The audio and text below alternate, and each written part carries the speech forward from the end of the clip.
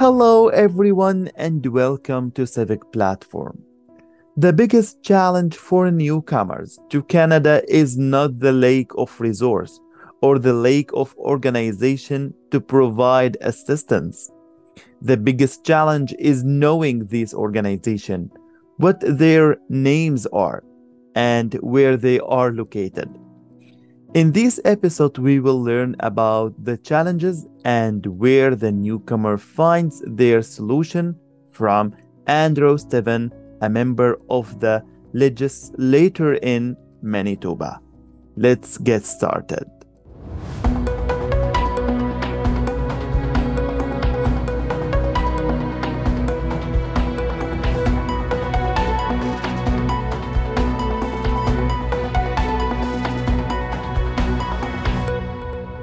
Hello, Andrew, and welcome to Civic Platform. Great to be with you. I'm just adjusting my light here, and I think we're good. Okay. Do you want me to restart? It's okay for me. I'm okay. We can move. This is great. I'm happy. We can just keep going with it. Yeah. Okay, great. Okay, Andrew, please, can you introduce yourself? Who are you and what are you doing? Yeah, for sure. My name is Andrew Micklefield, and I'm the MLA for an area called Rossmere in Winnipeg, Manitoba, of course, in Canada. It's great to be with you today. I'm married. We have 3 children, teenagers, and I came to Canada as a newcomer myself when I was 11 years old. Nice to see you. And again, I'm very appreciate to make for me a room in your schedule and to have you on my show. So, Andrew, if we begin, what are the main challenge of the immigrant they face once they arrive to Canada? Sure. I think there are really 3 big challenges: housing, language, and employment. When people can settle those 3 challenges, a lot of other things can begin to settle down as well. So there are both government organizations and other kinds of community organizations that will help people with this. One of the things that people often think is they have to pay money for help and assistance with these things. And the good news is that's not always the case at all. There are lots of resources, both from the government, federal and provincial, but also just great community organizations who are able to assist with these kinds of things, and it doesn't need to cost people anything. There may be some costs, but it doesn't need to cost. I would not assume that you have to pay for everything, because very often you don't. Mm-hmm.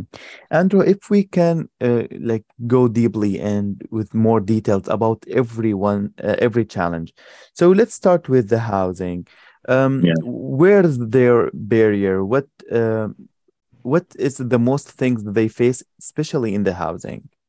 Sure. Well, I think this journey is different for everybody. If somebody is being sponsored, perhaps by a relative, there are often housing agreements in place that are part of their transition into Canada. If that's not the case, then the government does have access to some housing, and other organizations too will arrange or assist in helping people find housing. There are often some temporary housing solutions for the first few months so that people have somewhere to sleep, somewhere to live, and that buys people some time. That allows them to have a few weeks or a few months where that concern can be addressed. But people who come to Manitoba will not be sleeping on the street the first night that they're here. But it is wise to have a plan and some contacts if you're thinking of coming here, so that you know who will be looking after you, particularly in those beginning days, weeks, and months. Mm-hmm. And what about the employment? Here also another challenge. Some of the immigrants come with a very high qualification, very high skills, and also the Canadian labor market, it needs a lot of this experience, but they don't fit in anyone in any workplace. So why is this still a big problem until today? Well, I can talk about some of the resources that are available in the presentation that I'll be making later in our conversation. Mm-hmm. But you're right. There are employment opportunities here in Manitoba, and it depends on the skills. Some of those skills transfer more easily than other skills. Mm-hmm. Obviously, when it comes to something like medicine, we want to make sure that the language that medical professionals use matches, that the understanding of skills or equipment matches. And sometimes this is, or quite often, this is not a matter of better or worse, just different. Perhaps the drugs' names are different, or the terminology differs in one jurisdiction or country to another. So it's important that we assure that those are aligned. That's one of the reasons. But I know that there is certainly a desire to assist newcomers in finding employment. And the Manitoba Start program is a good example. I'll be giving information about that later as a good example of a resource that's available to assist skilled newcomers in getting their credentials recognized and hopefully getting work in their field.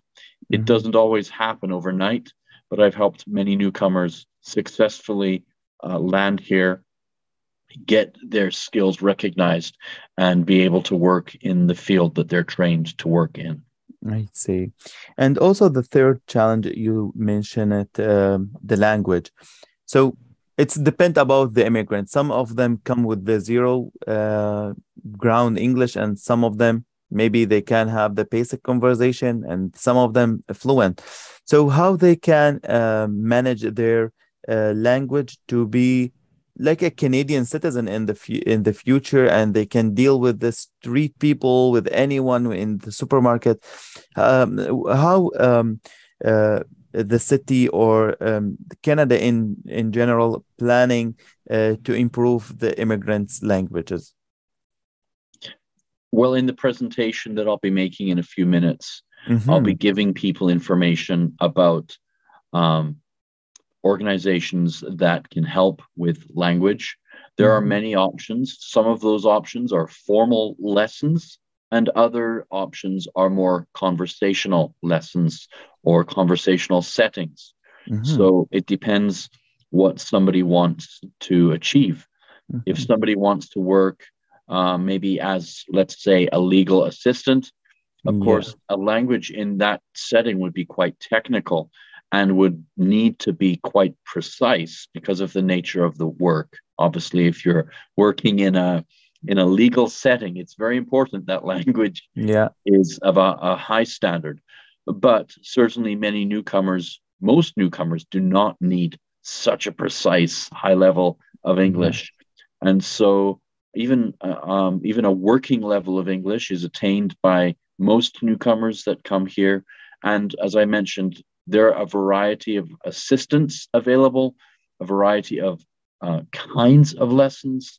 At the university, you can take lessons that are maybe more formal and maybe get credentialed. I know there are English speaking and comprehension tests, and the universities can assist with those kinds of things. But there are also organizations, newcomer settlement organizations, churches, schools, community clubs, where there's a much more conversational approach, and people can just learn about the culture here, about the language here, and even learn some very basic English so that they can go grocery shopping or perhaps work towards getting their driver's license, those kinds of things. I see. So you make me excited. Let's start your presentation, and we see that value information there. So this is a presentation that I have given to newcomers who are in Winnipeg, some of them for maybe a few days, others maybe a few weeks or months. And I hope this is helpful. Now that you are here, tools to help newcomers settle in Winnipeg. If people are viewing this from other parts of the world and they're looking to settle in other parts of Canada, Obviously, the information will be different, but there will be some similarity probably in the kinds of help that is available. So let's move on. The first thing I want to do is give my contact information. We're filming this in June of 2022. So emails and phone numbers do change. But as of today, this is accurate. That's me. Now, my priority is to my constituents.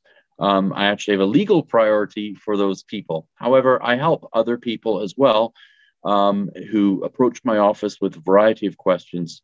And if anything that I say in the next minutes together sparks a question that I don't answer directly, by all means, people can pause the screen and get that information, contact me directly, and I'll be happy to put them in touch with people that I'm aware of if they're not included in this presentation. Another person that people may want to contact is the minister, the provincial minister, and I'll talk about the jurisdictions of government in a few minutes. But you can reach Minister John Reyes at that phone number, and that's an email for him as well. Now, I say you can reach Minister John Reyes. His staff will respond to inquiries that they receive through those channels. But there's also a website which is helpful, and the website is immigratemanitoba.com. I'd encourage people to go there and to acquaint themselves with the government programs and resources which are available.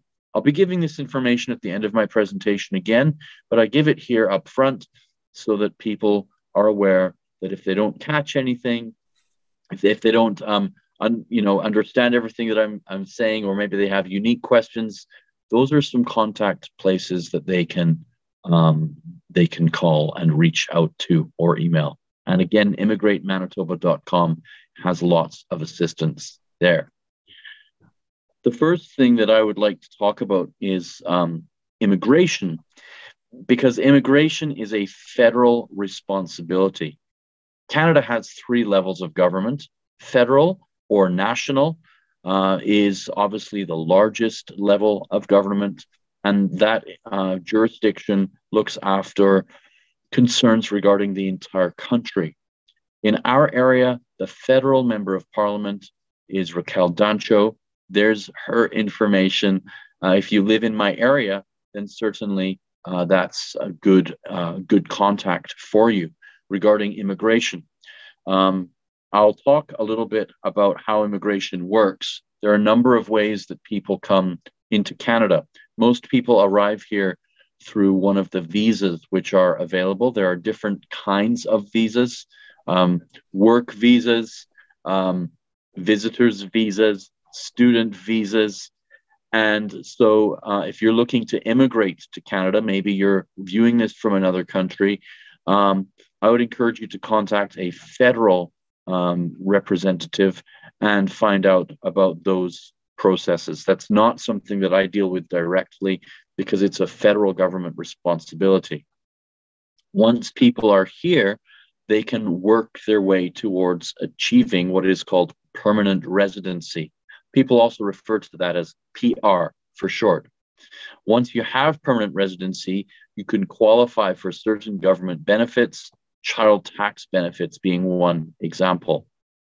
Permanent residency is important to achieve. It's your next step in settling in Canada and moving towards citizenship. Now, you're not required to become a citizen if you want to live here long term. You can live in Canada indefinitely once you are a permanent resident. But of course, once you are a citizen, you are protected. You cannot be deported. You can vote, and there are other rights and responsibilities that are granted to citizens that are not granted to permanent residents.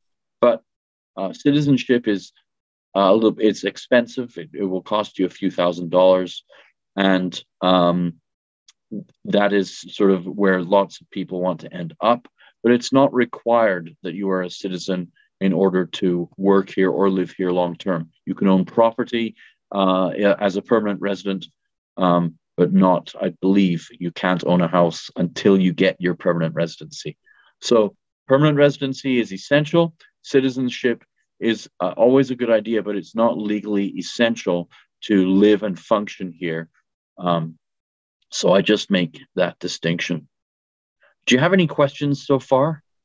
No, I'm really impressed. It's a very good information. And Andrew, maybe the biggest challenge for the immigrants, they don't know that resource before they arrive. Yeah. So maybe this is the biggest issue, right? Like if they have the opportunity to access this information, they know their rights and responsibilities, so their life will be easier. I don't know if that you agree with me or not. Well, I think it's wise to inform yourself about things before you get here. It's easy for people to say, oh, in Canada, everything is easy. It's not. It's very difficult. Mm-hmm. Always moving from one country to another is difficult. Now, the government wants it to be as easy as possible, but let's be honest, you're moving and all these new systems, if you're not familiar with it, it's going to be difficult. If you're more familiar with it, it's going to be a little simpler. So let's go to the next slide. Yeah. And I want to talk about immigration, or we might say settlements services in Winnipeg. This is a helpful website, icmanitoba.com, and there's a phone number there too. So if you're living in Winnipeg or you're living in Manitoba and you're a newcomer and you don't know what to do, you don't know who to contact, you have questions about maybe language or schooling or any number of things, this is an excellent place to start. They have lists of resources, lists of helps, and other helpful people who can assist you. You can make an appointment with these people and go and talk to them in person. But the website also has quite a lot of helpful resources. Wow. The provincial nominee program is a unique to Manitoba program that allows people to come to Manitoba from other parts of the world. Instead of trying to explain how that works, I'll just say that you can arrange for an information session. When last time I looked, it was every second Thursday. I think that's still accurate, but I would encourage people to check before they make that assumption. And the contact information is right there. Basically, the Canadian immigration system is tabulated by people collecting points according to things like credentials, family, age and health, English capability, and a variety of other things. You get points. So if you are, if you have experienced, certain things, then your points go up. And if you haven't, then of course your points are, you go down. But the provincial nominee program enables the province of Manitoba to look out for people who score well, and then the province nominates them or says to the federal government, these are people that we want in our province. Please, let's expedite their application. It's a great way to come to Manitoba. We've brought tens of thousands of people here using this program, and I'd certainly encourage people to check to see if this is the right way for them. It's not the only way, but it is a good way. I'd encourage you to look into that if that's something that you're curious about. Once you're here, and even before you're here, certainly you can look at the Manitoba START program. Manitoba START helps newcomers have their credentials transferred or recognized. So let's say you were an architect or an engineer or maybe a nurse. Manitoba START will help you get those credentials recognized, and it will help you get those credentials, in many cases, transferred. Sometimes the process is quite simple. Other times it's quite complicated. And as I mentioned earlier, there are good reasons for that. There's certainly good intent there. I know it can be frustrating for people who've gone to university for a number of years and they feel that that is not immediately recognized. I want to be open and honest and say that if you have professional credentials in another country, we do want you here. It does not often happen overnight. There are checks and balances. There are it's a process. We want to help with that process. We want to make that process work.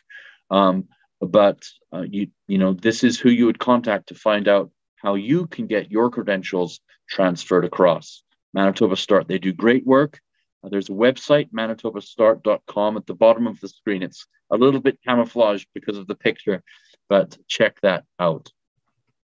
Mm-hmm. Another question I get asked about quite often when people come here is daycare. And if you Google Manitoba Daycare Finder, you can register in a database, and you can also see what local options are available for your area. You can also contact my office, and I will put you in touch perhaps with an MLA office in the part of Winnipeg that you're living in. But this is just a resource that's available. The Manitoba Daycare Finder does help people get daycare. And we've recently partnered with the federal government to make daycare more affordable for families. I know that for people who want to work or need to work, often this is an issue, and that's why I mention it in this presentation. English language help, as I've already referenced, is another big issue for newcomers. And so I want to point people's attention to lcmanitoba.com. They will help you with language and communications. And there are also private options available. On this page, I just go back here. These guys will have a lot of resources. And in fact, I think there's a spelling error here. I think it is icmanitoba.com, not L. So icmanitoba.com, they have got access to a number of different kinds of English language programs. There are some private organizations too. And this one church I'm aware of, Gateway Church, has free EAL language lessons. They also talk about things like getting an apartment, getting a driver's license, finding a school or a doctor. And so you can use that information if you're interested in something maybe a little less formal, either through that church. And many churches have these kinds of things, and other community organizations too. And IC Manitoba also has access to quite a list of different kinds of language helps too. But the reality is, if you're going to live in Canada, English or French are languages that you need. If you speak French, probably you will also need English. If you speak English, you may not need French. That's just my observation, and it's not always the case. If you're thinking of moving to Quebec, then you could probably speak French without English. But here in Manitoba, it's more often the case that people who speak English do not need French. But if you speak French, probably it's a good idea to have English as well. Another question that I get asked about is finding a doctor. There is help available for finding a doctor. There's a phone number and a website, the Doctor Finder, and there are doctors in Winnipeg who are taking new patients. There are also walk-in clinics where people do not need to have a relationship with the doctor at that clinic, but they can just go there if there's something wrong. My personal advice is that it's not wrong to use a walk-in clinic. I've done that many times with my kids or our family. However, it is important, if you can, to get a family doctor, somebody who you can build that relationship with. It's not the first thing you need to do when you get off the plane, but it's a good idea to try and find someone in your area, if possible, that you can see more regularly or frequently, and who can begin to keep an eye on your health, particularly if you have any health concerns. That's probably a better way than using the walk-in clinic. But certainly if you have a Manitoba health card, then you can go to a walk-in clinic and access healthcare for any of the regular things that happen. Immunizations or other preventative things, but also, maybe you're just sick or you have an infection or something like that. You can use walk-in clinics for those kinds of things too. But my advice is always to try to find a family doctor. It can take some time, but that's probably the better thing to aim for longer term. So this is the end of the presentation, and I want to finish up with repeating what I started with, and that's my contact information there. And there's also a minister responsible for newcomer settlement services. His name is John Reyes, and that's his contact information there. I think with that, I will close the sharing function on my screen and go back to you. Thank you very much, Andrew. That's really, really helpful. You couldn't imagine. If I know this all information, or those people can offer me that a huge resource, I will not struggle in the beginning, you know. So now we are Winnipeg received like many of Ukrainian people, or like more immigrants. So the plan is the same. What the city prepare for these people? How we are ready to receive more immigrants for up like very near future. Right. Yeah, for people coming from Ukraine, because it's a very unique situation, there have been some unique things set up for them. And if you contact the minister's office, they will certainly help people who are from Ukraine or who are helping people from Ukraine find out what's available to them in light of the unique nature of that situation. Manitoba, by the way, was the first province in Canada to welcome people from Ukraine. And there's I believe it's called the Ukrainian Settlement Center or something like that, that has been set up specifically with those people in mind. Obviously, some very unique challenges when people come here, sometimes with a suitcase, and that's everything they own at the moment. So, yeah, we are helping that community as much as possible, and I'm sure we'll continue to do so until this conflict has ended, which we hope, of course, for everybody's sake, is very soon.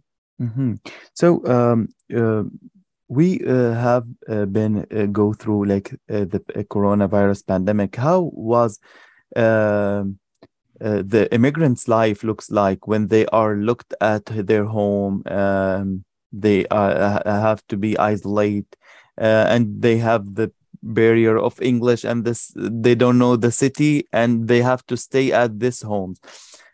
From your experience, how was it? Well, I think COVID was a huge challenge for everybody, and newcomers were certainly included in that. We had kids going to school from home.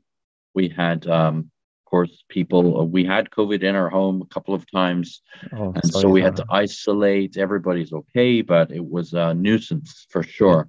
Yeah. I think probably something that impacted newcomers more than other people was the delay times for processing paperwork, people waiting for health cards and so on. Everything took longer, and that's simply because at all the government offices, if somebody who is processing that information was unwell, they had to go home too. And so that backlog, I think, is mostly cleaned up now. I think that things are getting back to normal, but I am aware that that was quite a challenge for people who navigated through that. And indeed, that affected all of us in a variety of ways, but newcomers were included in that. Okay, Andrew, if we have an idea as an immigrant, like if you want to have a good start, you have to start with a small city. So why it's like Winnipeg and Manitoba province, it's a good starting for a newcomer and immigrants? Well, I think Winnipeg and Manitoba are good places for newcomers. First of all, it's not as large as some of the bigger Canadian cities. So I know that some people have success in the larger centers, but places like Toronto and Vancouver, not only are they much more expensive, but just the size of those places can make everything more complicated. In Winnipeg, you can drive almost anywhere in less than half an hour in our city. Yeah. So that's that really does help people navigate around. Um, Also in Winnipeg, because we're a very diverse city, did you know that Winnipeg has the largest multicultural festival in the world? Oh Folklore. my goodness. Every Oh, August, we celebrate dozens and dozens of different nationalities that live in this city. Now, wonderful. it's a wonderful time and people love it. Thousands of people come and visit the different places, the different countries. They set up their little station or their little program, maybe in like a school gymnasium or a community center. And people come and learn about those cultures and those places. So I think there's a lot of acceptance in Winnipeg. There's employment in Manitoba. There are many job opportunities here. I know of quite a few employers who are looking for people. Often those are entry level jobs, but not always. There are also jobs available for people with skills. And so there are employment opportunities here. I wanted just to mention something else that you referred to, and that is that Manitoba also has a number of smaller cities, a number of smaller locations. I Mm-hmm. think of cities about 1 hour outside of Winnipeg that are maybe 10, 20,000 people. So these are not huge communities. A lot Yeah. of people who come from other countries end up in those communities. It's even smaller than Winnipeg. Although I just said Winnipeg is small, we're still 800,000 people. Mm-hmm. So we're closing in on 1 million people here, Yeah. and it's a city. And with all of the complexities of a city and all of the challenges of a city, some people want something even quieter. And so those smaller communities, Mm-hmm. Brandon, Winkler, Morden, Steinbach, and the surrounding areas have smaller communities as well. There's often employment there. It's a quieter and slower pay place, and many newcomers feel welcome and make a home in those smaller centers too. I respect it's different for different people. Mm-hmm. Some people like to go to the north even, and they find work there. The climate can be harsher, the people are lovely, but the north has its own unique challenges. So I Mm-hmm. think it's just a matter of finding what it is that you would like and is a good fit for you, or if you have a family, for your family. Yeah. So there is two facts. One, I don't want to say like there is like two ideas, not facts, about the challenge of weather in Manitoba. It's Sure. yeah. Some of people they accept it, and some of them they say, "Oh, it's not too cold." But this is depend about the our personality. But the other one, to be honest with you, before I arrived to Winnipeg, when I was Google Manitoba as a province and Winnipeg especially. So the resort they just mentioned, this city it's not safe, and in every city in the world there is something make it not safe. There is a good people and there is the other side of people.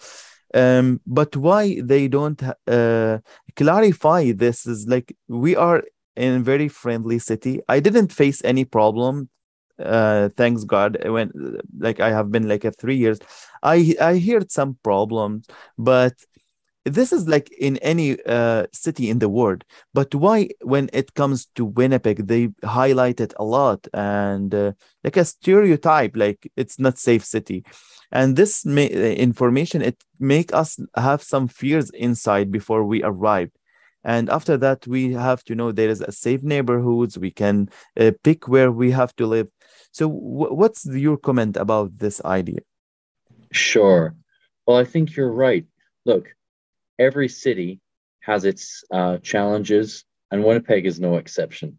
Yeah. I consider Winnipeg to be a safe city with some areas that are less safe. And so Mhm. I think it's good to consult with people and say, is this a safe area? Um, and Even so, I think it is wise to not be going to certain areas at night or by yourself. And this Mhm. is why it's important when you come to any new city to have some people that you can talk with and find out about the local realities.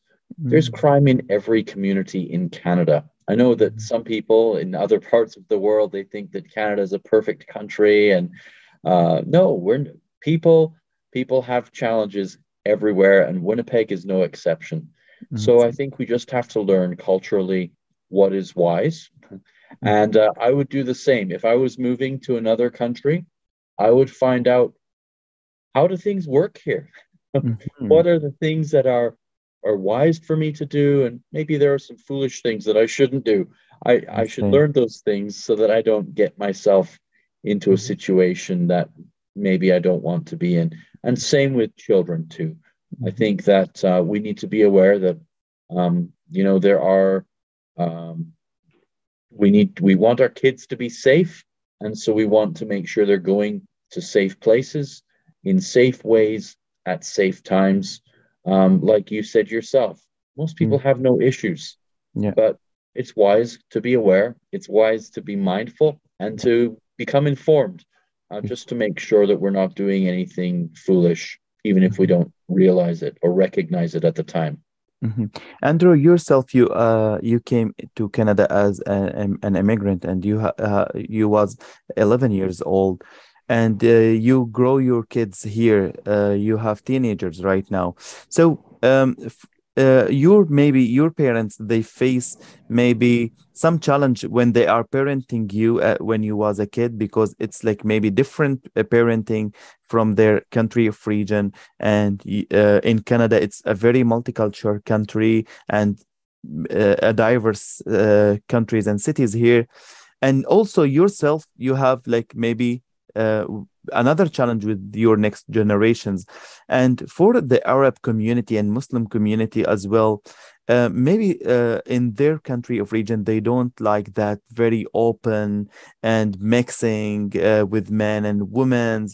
So, and maybe they do some mistakes when they are parenting, and that maybe not following the Canadian laws or the Canadian culture.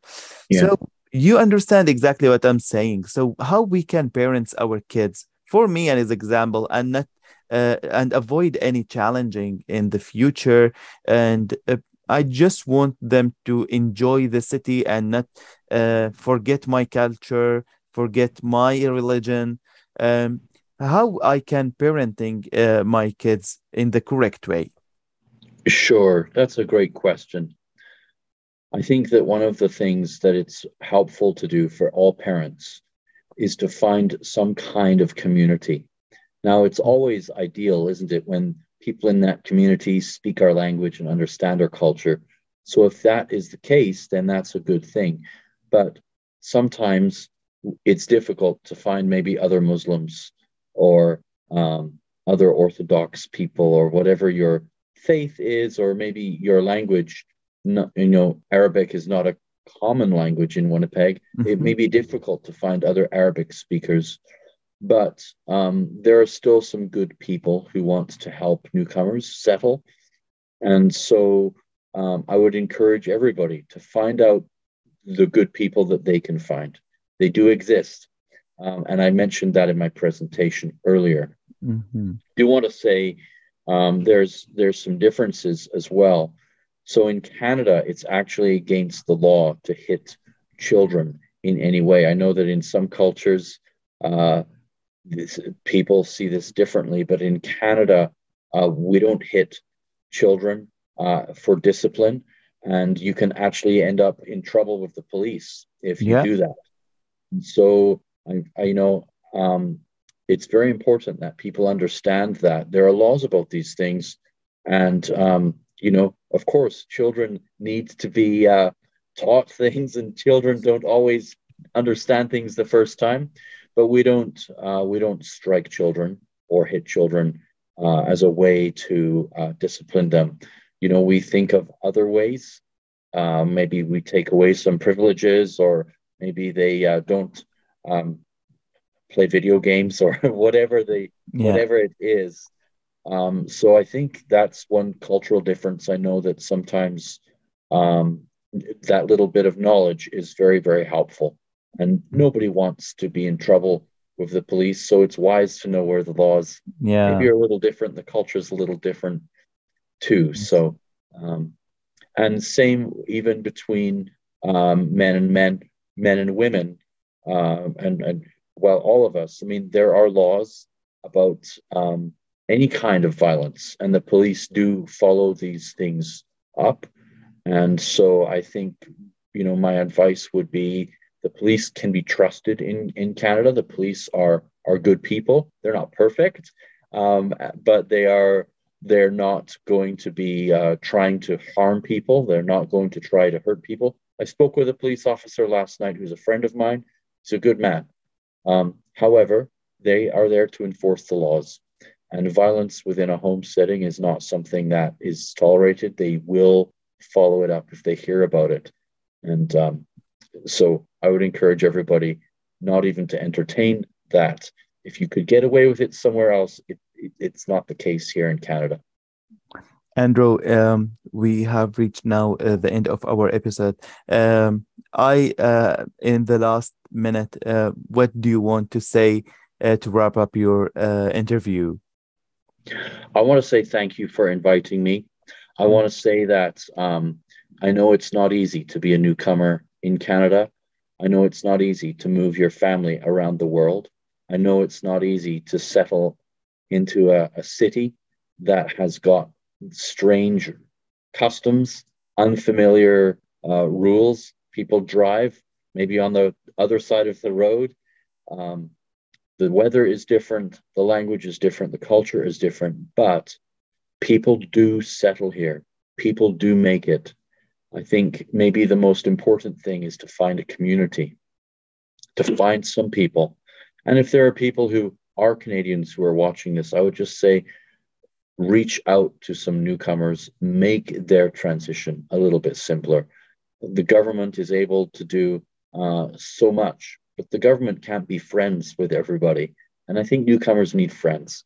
And so wherever we're able to assist in that way as individuals and people, let's do that. And if people have any questions, then I would encourage them, particularly if they're in Manitoba, to contact my office or the minister's office or the websites that I have referenced in the presentation. I think that I tried to include everything there that will be the most helpful, and I certainly hope that it is. Thank you very much. I wish you have a great day. Bye-bye. You too. Thank you. Bye now. Through this episode, I think we covered all the challenges that newcomers may face. If you know one of your friends or neighborhoods who suffers from these challenges, don't hesitate and share the episode with him to overcome his challenges faster.